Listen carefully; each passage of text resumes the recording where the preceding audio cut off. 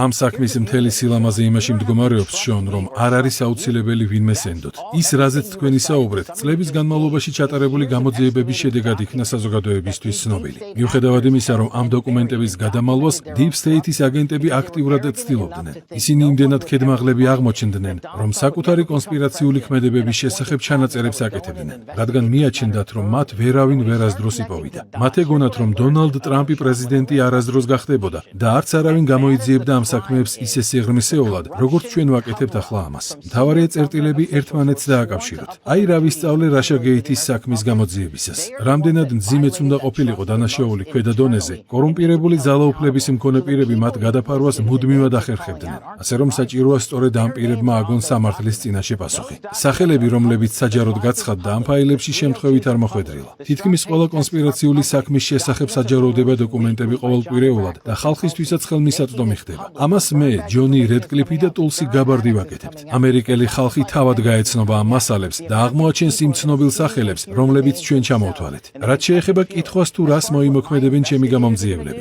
პასუხი მარტივია: ჩვენ შევკრიბეთ საუკეთესო გამომძიებელთა ჯგუფი და გავაკეთებთ იმას, რაც აუცილებელია ანგარიშვალდებულების აღსადგენად, რადგან ეს არის ის, რასაც ამერიკელი ხალხი იმსახურებს. გამოიწერე და გაიგე ამბები ლიბერალური ცენზურის გარეშე.